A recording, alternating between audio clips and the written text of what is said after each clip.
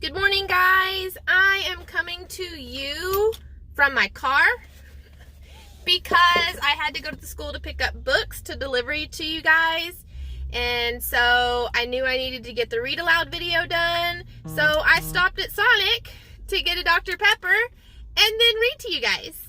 So we're going to start chapter 8. Remember in the last chapter, the kids were all coming into the classroom and they're wondering, where in the world is their teacher? So 8:45 a.m., main office. Helen Pierce had been the school secretary for nearly 30 years, but had never gotten used to the frantic pace of the mornings. She took a sip of coffee and closed her eyes, trying to think. There was a nagging splinter in her mind. Someone she was supposed to call. Something she had to do. But what? Who?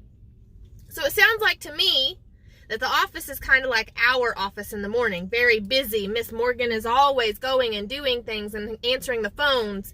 And sometimes you forget.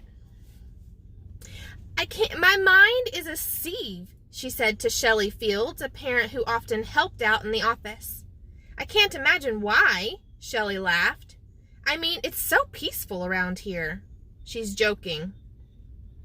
Helen grunted and got up to pour herself another cup of coffee. Already it had been one of those mornings, full of crises. Peggy Ransom's tirade, a boy who swore at a bus driver, 2 kids who had been sent home because of head lice, a leaky pipe in the gym.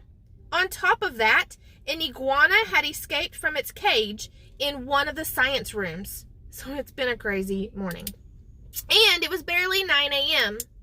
On mornings like this, she pictured her mind as a glass that had broken and shattered into countless tiny transparent pieces, so small you can't find them until you step on one and get cut.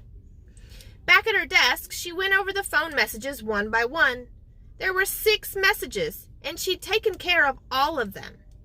Erwin Peacock opened his door a crack and stuck his head out.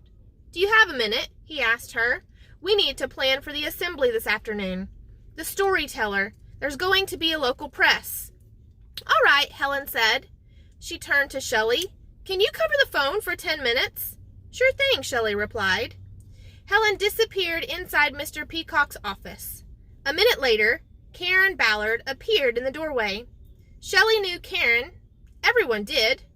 Karen was one of the brightest, most confident students in the entire school, although today she looked a little unsure of herself. "Hello there, Karen," Shelley said. "What can I do for you?" Karen hesitated a moment, then put a piece of paper on the desk. "Lunch count and attendance sheet for 6-238. "Thank you. Anything else?" "No, that's all," Karen said. She smiled and hurried out of the room. Why did Karen not tell the person in the office that there was no sub? Why do you think she chose to do that? Remember, she's a leader. Why would she do that? Put your answer in the comments and I'll see you guys tomorrow or Friday. Thanks. Bye.